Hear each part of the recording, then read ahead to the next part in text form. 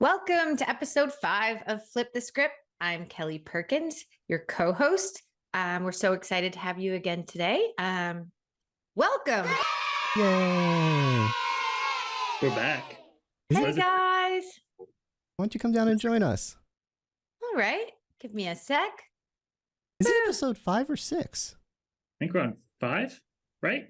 I think we're on 5. Okay. No, crap. Maybe we are 6. I think we're on 6. I think I just edited 5. Oh, just kidding. Okay. That's okay. Welcome to episode 6 of Flip the Script. Wow, it's even better. More content. And of course, I have my 2 co-hosts, We're back. We made it. Always good to Fang be and here. David. That's right. And again, we're on a Friday afternoon, so we're a little spacey and a little giggly and a little of, just ready for the weekend after a long week of work. You guys might be winding down. I'm frazzled because I'm traveling tomorrow, and traveling stresses me out. Where are you going again? Enterprise Connect. Oh, that's right. That's right. So I'm getting in a car and I'm driving and I'm packing and I have to make sure my dry cleaning and all the stuff. Yeah, you never leave the house. Yeah, I don't like to. Oh. Most bad. Fix those Wii heads, right? Is that why you're going to Enterprise Connect? I am searching for the Wii heads. That's my main goal. Good. Good Lord. So are you excited for Enterprise Connect? Yeah, I mean, for me, the big thing is there's a lot of people that I see on video a lot, like y'all, that I just never get to see in person, and it's nice. It's nice to have a coffee with someone. I don't know why. Who are you most excited to see? This may sound weird, but my fellow analysts. I mean, they're supposed to be the competition. They're when we're talking to these companies, they're trying to get the same consulting that I'm trying to get. But I like those people. I really do. They're smart. They're good at what they. I shouldn't say that. They're all dumb and terrible, and no one should work with them. They should all work with me. But no, they really are great. And sometimes I do collaborative projects with them, and I like that. I like being in a position where my competition are friends and colleagues. Yeah. What exactly is an analyst? I don't know. I hate that word. It reminds me of that planet we were talking about. Jupiter? Yeah. I'm an analyst of Uranus. It's just the worst. It's just terrible. But I think of myself more as third-party marketing. I love producing content. I love making, if someone has a cool camera and they send it to me, I love making an unboxing video. And sometimes it's nice to have marketing that's not from your marketing team. If it comes from someone else, it seems a little bit more third party. So that's Flip the Script. Yeah. That's the kind of stuff I love doing. Did you know what an analyst was, Fang? No, I just assume it's one of those catch-all terms for people that are smarter than me at what they do. So I just say, yeah, that guy's an analyst, and that usually gets the job done. It's sure enough, it'll work. David's much smarter than I, so if I'm hanging around David, I'm saying, yeah, David's an analyst. Need something to analyze. Hit up him. It just means I spent way too much time thinking about business video for some reason. So speaking of business video, are we ready for our first segment, our news segment? I have business video news. All right. What do you got for us this week?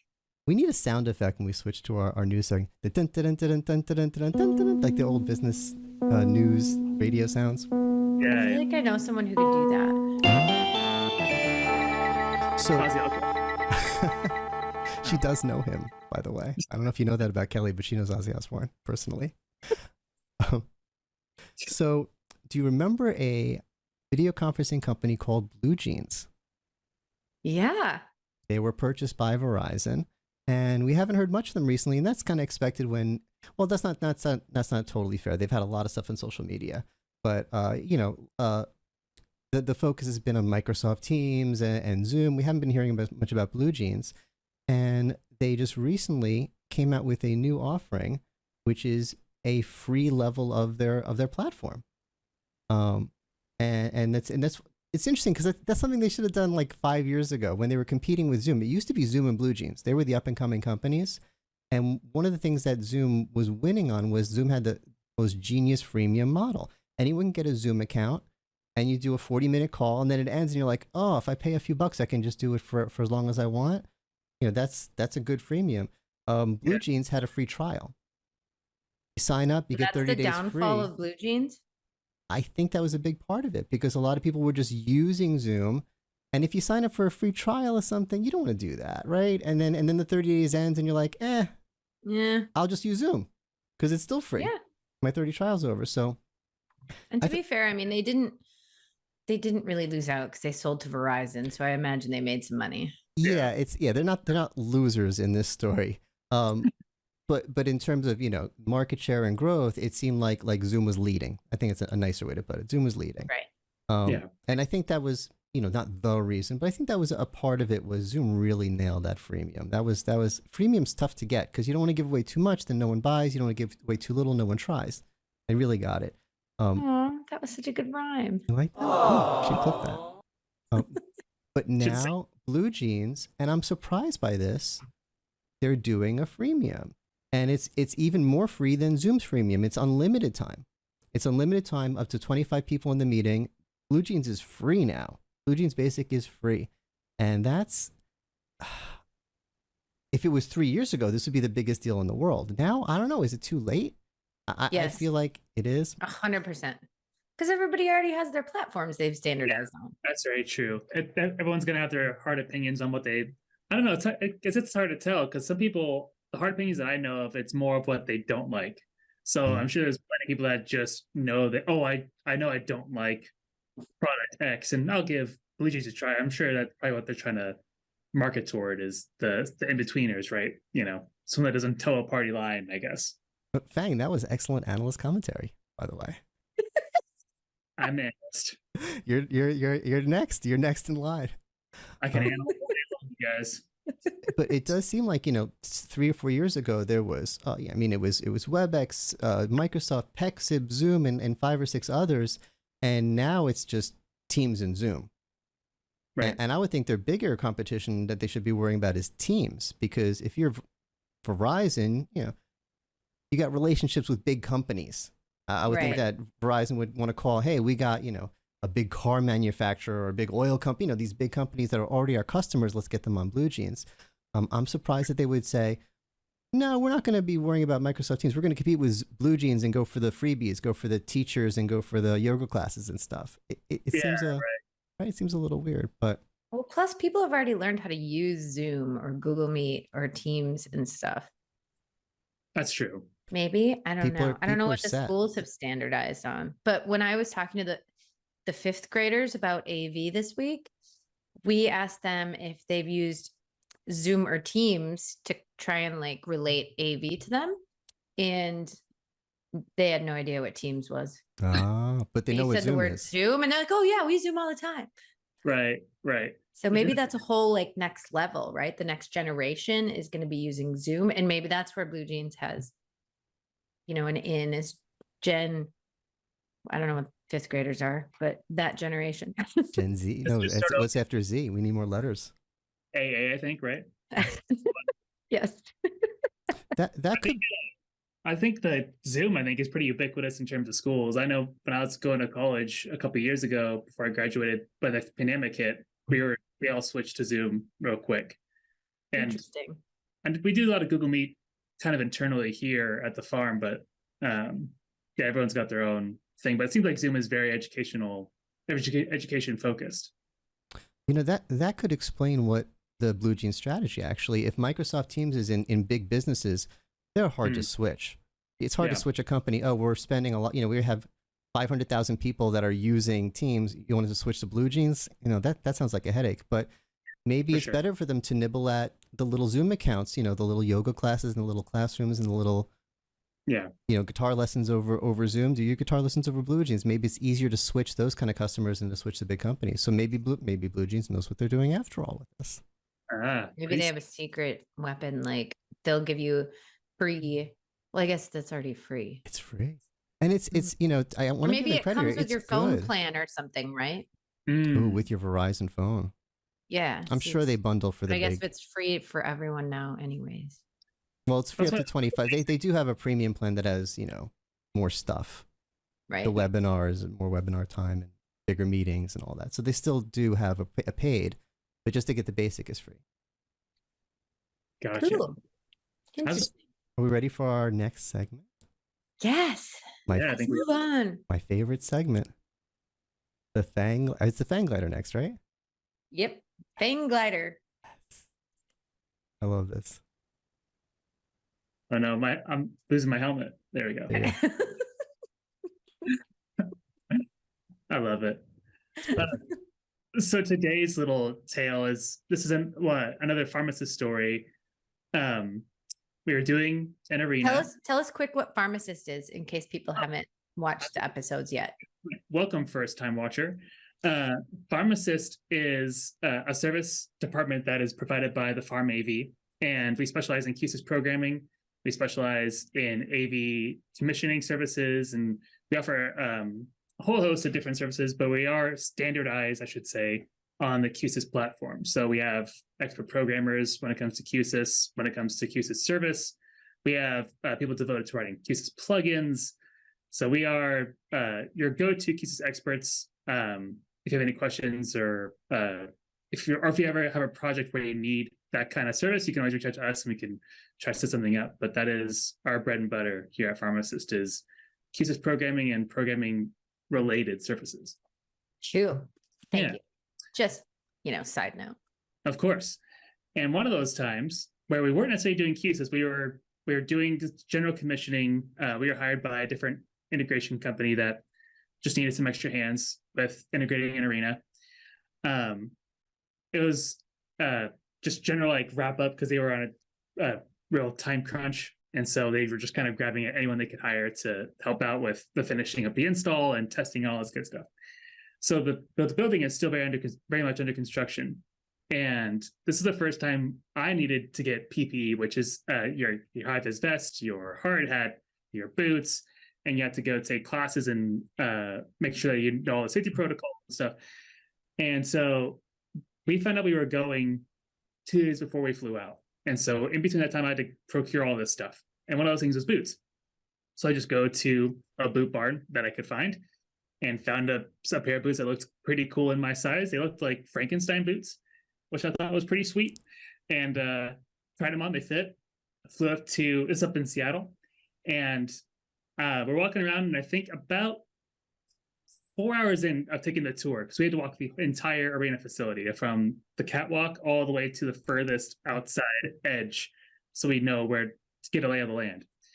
And my feet start hurting. Kind of all right, to be expected. New boots, it is what it is. By day 2, it felt like my feet were broken. And no. And I'm not the toughest guy here at the farm, but even still, it felt like across the top edge of my foot, just felt like someone took a hammer right to the top of it. I don't know what happened. Now you know what it feels like to wear high heels all day. I sympathize. I sympathize with the 100%. My first trade show I ever did, it's way back, right when I graduated from college, and I wore high heels to it, and I thought I was going to die. It's terrible. And the trade show was 3 days long, and those were the only shoes I brought. Well, those and another pair of heels, and I would have to leave the booth every hour to go rub my feet. And I should have just gone to I don't know, a shoe store and bought, this was pre-Amazon, bought just a cheap pair of flat shoes. But it was my first trade show, and I was so nervous, and I didn't want to be that person. And it was, I never made that mistake again. No, it was definitely terrible. I definitely now know that I can't do drag. If I wanted to do drag, it isn't happening. Just wouldn't work. And I also can't dance or sing, so there's that too. So anyway, I'm going along struggling with these boots, and we're there for a total of, I want to say 2 weeks thereabout. We would come home on the weekends, but then fly up the next at the end of the weekend. So I was like, this is not going to sustain the whole time. And so luckily we took a lunch break, and we took the rental car. Me and the other pharmacist took a rental car to a local Seattle, another boot store, found a pair that worked. They were a lot more comfortable, but they weren't actual boots. They were they didn't have the high top of a boot, right? But they had a steel toe and all the other accoutrements that would make a PPE approved shoe. And so I get on site, I'm working, and I find out that morning that I have to stay for the late shift. So I get there at 7, and then I have to stay till about, I think it ended up being like 3 a.m. because the projector guy, for those that don't know, so there's some arenas that have projectors up in the catwalk that point down at the court or the rink or whatever it is. And they'll show anything like full-on videos. And it's really cool because they use gigantic projectors that they'll stitch images together using, what we ended up using was 4 projector arrays to make one gigantic image on well, in this case was the rink. Cool. And so it was awesome. And so I hung out with the projector guy while he calibrated, and I was just basically letting him into places. That's all I had to do. So not a big deal. But I'm walking around, my feet's still a little sore, but I have these new shoes, so it's a lot better. And there's this team of what are called riggers. It's guys that walk the catwalk and they suspend over the edge of the catwalk to do things like adjust the projectors that are down there, right? Or adjust lights or do all this crazy stuff. And so the leader of this team, he has, like most leaders of teams, a bit of an ego. Not the biggest deal in the world because I didn't have to interact with him all too much. The only time I interact with him, because this whole time I'd heard stories about him, how he's basically a jerk and, you know, a terrible time to be around. But again, I didn't have to worry about it.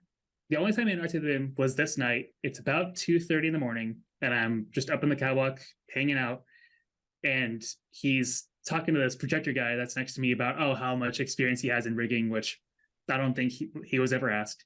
And one of these guys who's really cool, probably really fun at parties. And he is walking past me, and he like takes a beat and he looks down at my shoes and he goes, "Are those steel toe?" And I was like, "Yeah, of course." And so and he goes, "Okay." And then he takes a step back, raises his foot, Oh no. like his knee all the way up, and stumps right on the top of my foot to test to see if it was a steel toe. And of course it was a steel toe, and so it didn't hurt, and he didn't like stomp on the part of my foot that hurt, luckily. But he's like, "Okay, well, just make sure you get real boots next time," and then walks away. Oh my God, what a jerk. He was so cool, dude. Now that was like the worst part of the day. And again, this was after being there all day, and it's like I said, it's 2:30 in the morning. I'm just like, I gotta go home. This is terrible. But yeah, that's my fun FarmAssist story of the day. Some people, face. Or woman, I guess. But I think you said it was a dude. It was a guy. I don't know that he was, like I said, he had some sort of an ego of like, since he's the leader of the team, he knows best about all things. I can't believe he stomped on your foot. It was wild. It was wild. And I was still like, I was zonked out. And so I was just like, this is just how dudes in this industry act, I guess. And move on. And so I was telling the people at the store, I'm like, yeah, this is kind of crazy. This thing happened. And like, what? Like, did you call anybody? I'm like, no. Yeah, that is not normal. It didn't break my foot, you know? And definitely not normal. yeah, I lesson learned. But yeah, well, good thing you had steel toe boots on. They really worked. I had them to this day. They're awesome. But we have a strict no stomping policy here on Flip the Scrip, so you're safe. 100%. You would think that'd be a policy everywhere. But as it turns out, maybe not as universal as one would hope. This guy's just going around trying to break people's feet just because he doesn't like the look of the shoes. So, yeah. Something to watch out for. Yeah. Okay.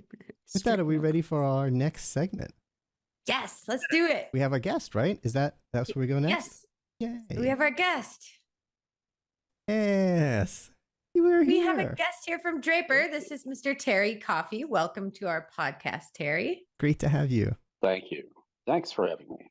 Love the bow tie. Terry and I have been friends for an awful long time. I don't even know how long. I think we met on Twitter, maybe back in the day, maybe when I worked at Vadio.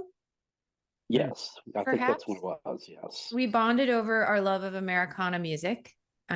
He gave me some really good recommendations when I was just first dabbling in the Americana genre, and then I think every year since he on my birthday sends me an Anchorman meme that says, "Happy birthday, you magnificent bastard." That's awesome. It's a great Which movie. makes me so happy. So, anyways, welcome Terry to Flip the Script. And if you want to maybe just give us a little intro about yourself and what you do and all things Draper. Oh, sure. Well, gosh. Well, not all things Draper. Draper. Don't be overwhelmed. Oh, okay. Well, I have been with Draper for coming up on 24 years in July. So, and I started out at Draper as a technical documentation person. So I wrote installation instructions when I first started there. And you could definitely be an analyst.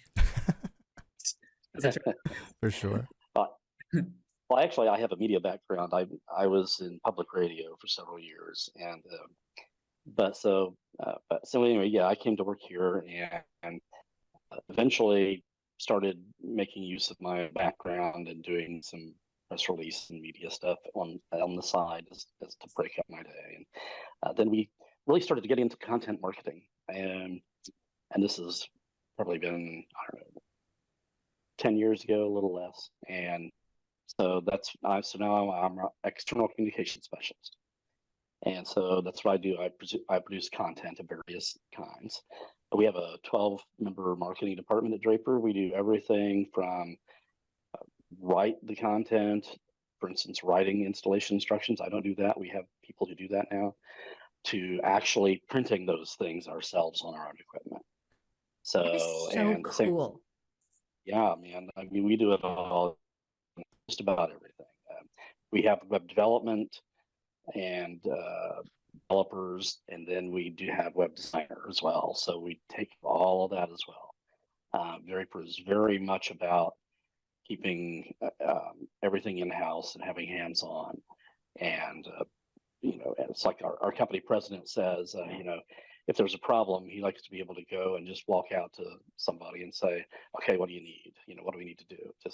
They like that. And it's very much part of the philosophy. So, and it's a family-owned company, of course. It's been owned by the same company since we started in 1902. Holy moly. And you have yeah. Our farmers just came back from the Draper experience, I think is what you guys call it. And you have a 400,000 square foot facility, which is giant. Yeah. Yes, made up of 9 buildings currently, and we're working on a 10th building right now, which will add 25% to our capacity. Wow. So that will take us up to 500,000 square feet. Jeez. That's in process right now. That's nuts. Because we do so much of our own stuff. We have metal fabrication. We have all kinds of metal, welding machines and stampers and cutters, because we are also, most people know Draper for projection screens probably, and window shades. We started in the window shade business in 1902. But we're also North America's, and I think possibly the world's largest architectural gym equipment manufacturer. Really? Which doesn't sound like it matters to AV, and it doesn't really, but we had been hanging heavy basketball goals and stuff and making custom attachments for them for gymnasiums for years. And so, we went into the AV mount and structures business a few years ago. We'd been working on hanging heavy stuff for years. So, and we had that equipment to and know how to kind of start with and then branch out and bring in other stuff too. So so we have a lot of great stuff that we in-house that we do. And people are always surprised by that when they come. They're like, we had no idea, because we're located in Spiceland, Indiana, population, I think 900. So you drive up here, drive up to Spiceland in your car, and you're on a little highway, 2 lanes, and you pull off your directions tell you to pull off here, turn here, right, and you're just driving through this residential area, and you come up and then you see our office there, and you still don't really get it, even when you park in front. It's not till you go out back and you're like, whoa, dude, wow. Seriously, everyone on our team was like, it was so cool. Like they've been talking about it nonstop. Like, wow, we can't believe that Draper has this and blah, blah, blah. And it's so neat and it's so big and blah, blah. Yeah, it sounds awesome. So you guys are basically like the General Motors, what General Motors was to like Detroit. You know, you are that for Spiceland, Indiana. Right. Yeah. Yes. That was big. Yeah. Yeah. When we, like I said, Spiceland has about 900, I think. We have, depending on the time of year or what's going on, we'll have between 710 and 750, maybe, or between 710 and 725. So, and a lot of those folks do come from Spiceland, and quite quite a number of us, the vast majority of us, are within like half an hour of the plant. I live just about half an hour away, but I'm still in the same county. So, yeah. Cool. Yeah, I saw the video. It looked like the biggest IKEA I've ever seen in my life. Just rows and rows and shelves and aisles, and everything's numbered because otherwise, how would you find anything? I'm like, oh my God, I'd get lost in there. Just so much equipment, so much going on. Yes. Yes, and I used to go out to the plant all the time, but now when I go out, I'm totally lost because we've got the Draper is a big proponent of lean manufacturing, and so we've moved things around and retooled and all kinds of stuff to make better use of our space. And so Cool. it's always interesting. Where am I going to find what I need next? They're always moving everything around to make it more efficient. Pathways and whatnot. So yeah, that's great unless you haven't been there for a few months and you go back and you get lost. Right. Yeah. So, but hey, there's always somebody around who's very nice and friendly, and they can tell you where to go. If you yell loud enough, someone will find you. Yeah, get such a rescue party. Yeah.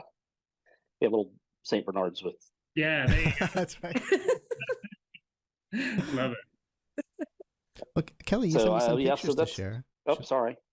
I was going to ask Kelly, do you want me to bring up the pictures that you sent me? Yeah.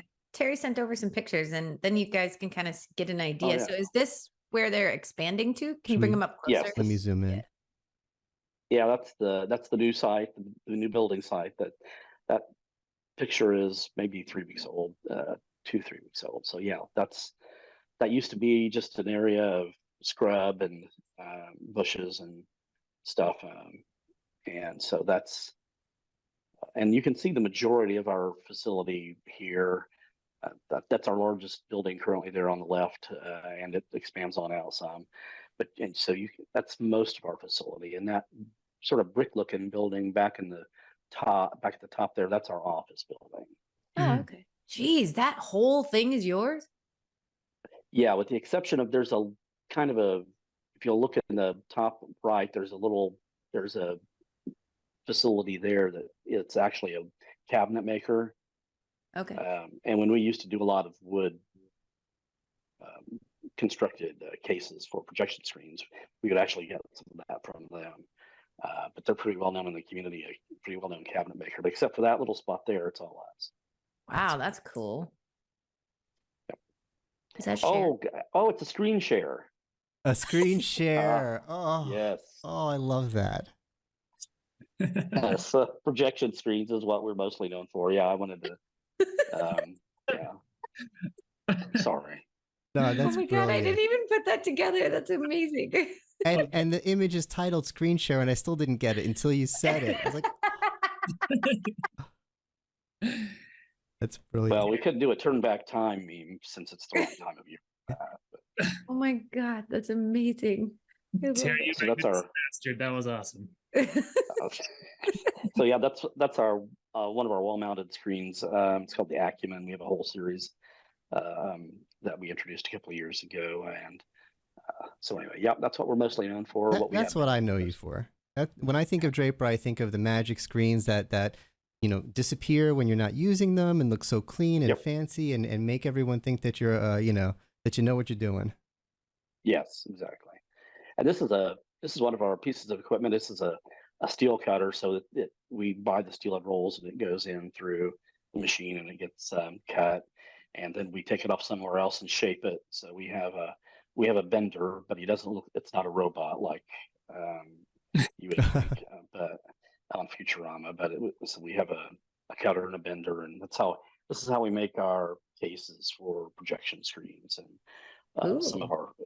of our also pockets and that sort of thing for large uh, window shade products and that sort of thing too. Cool. And this is how we make our viewing surfaces. So not only do we make the cases for the projection screens and all that, but we formulate surfaces. So we have we designed this, our engineers designed this and had it built to our specifications. So this is probably the only one like this in the world. So there might be other kinds of machines that are like this that do similar things, but this was, like I said, was designed specifically for this task. So we have formulations in our Tech Vision line. So if we say we want a screen that has great wide viewing angles and maybe a little bit of pop to it, so maybe a little bit of a gain of extra 3 or an extra 0.1 or something.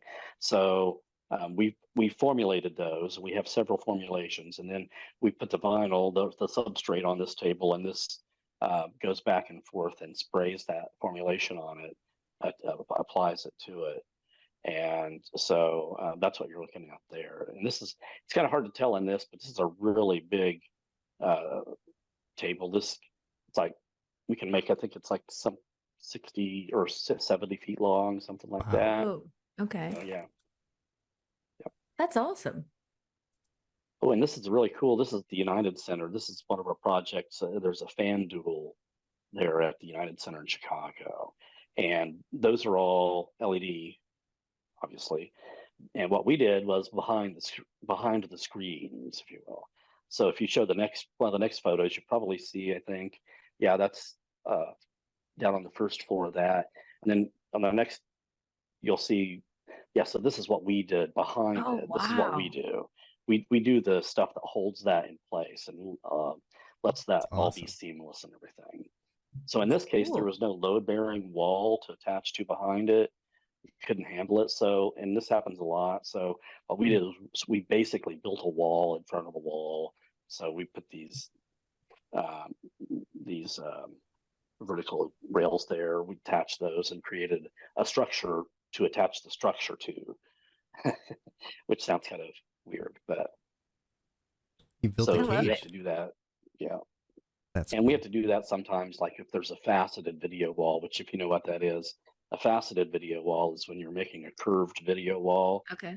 You're using flat LED panels to do it, as opposed to flexible.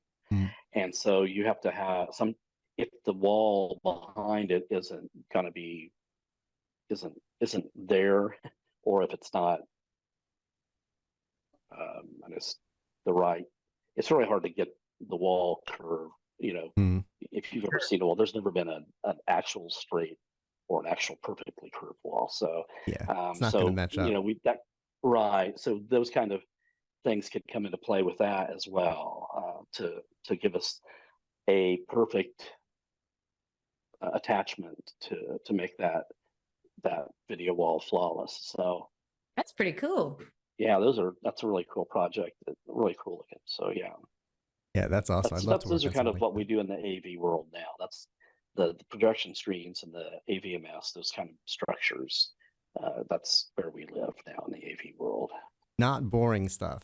That's cool. That is cool. Yep. Well, thank you, Terry, for visiting us. We really appreciate you taking time on your Friday afternoon.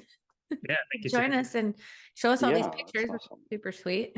And please hang out backstage as we have a couple more segments and we want to chat with you a little bit. So and we appreciate you being here. And Kelly, we ready to move on to our few remaining segments? Sure. Okay. I think the next is we have a new segment, which is our what are we calling this? Oddly satisfying.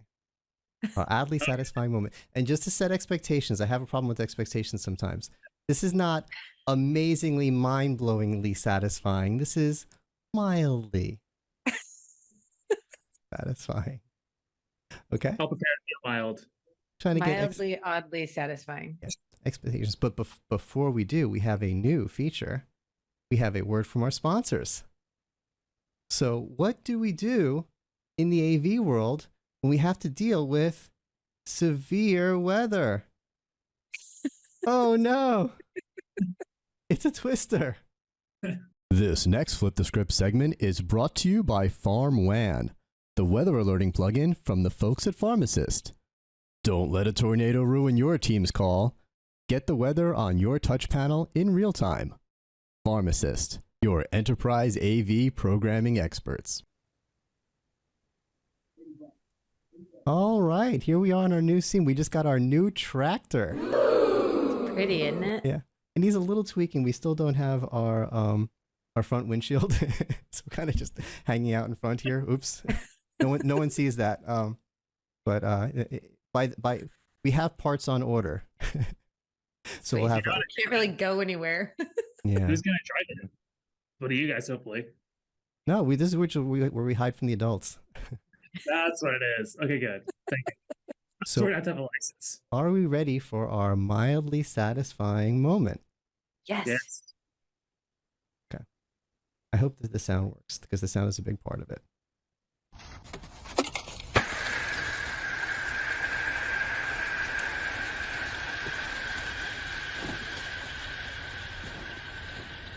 Oh, you didn't get the sound?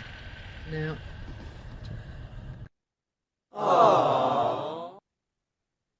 I was hoping you wanted to do it in reverse and just watch it all come back together into a sheet. I'm gonna do it one more time. One more time for our viewers. At least they can hear it.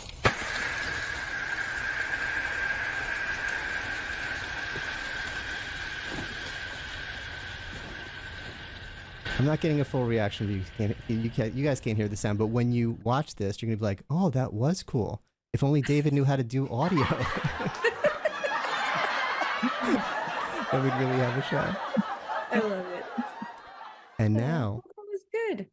yeah, that was fun, and I got a bunch of them. We can. This will be a good bit, a good recurring bit for us.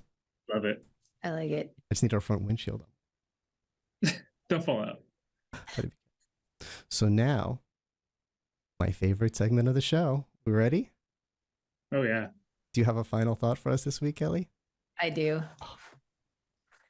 And it's actually fairly wholesome, if you can imagine Ooh. that. What?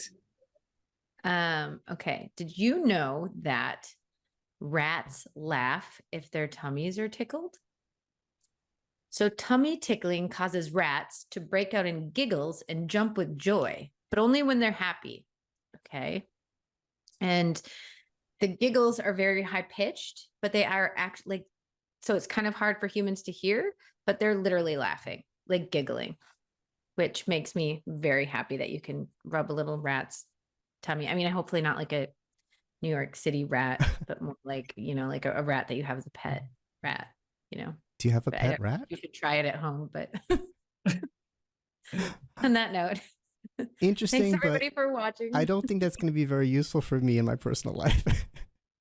Well, I mean, if you really want to have a pet that's probably very low maintenance and that makes you laugh, you can make him or her laugh too. I can get a ticklish rat. Yes. I'm gonna go try tickling one of the rats in New York. I think they can laugh. That's kind of creepy out. But yes, have a great weekend, everyone.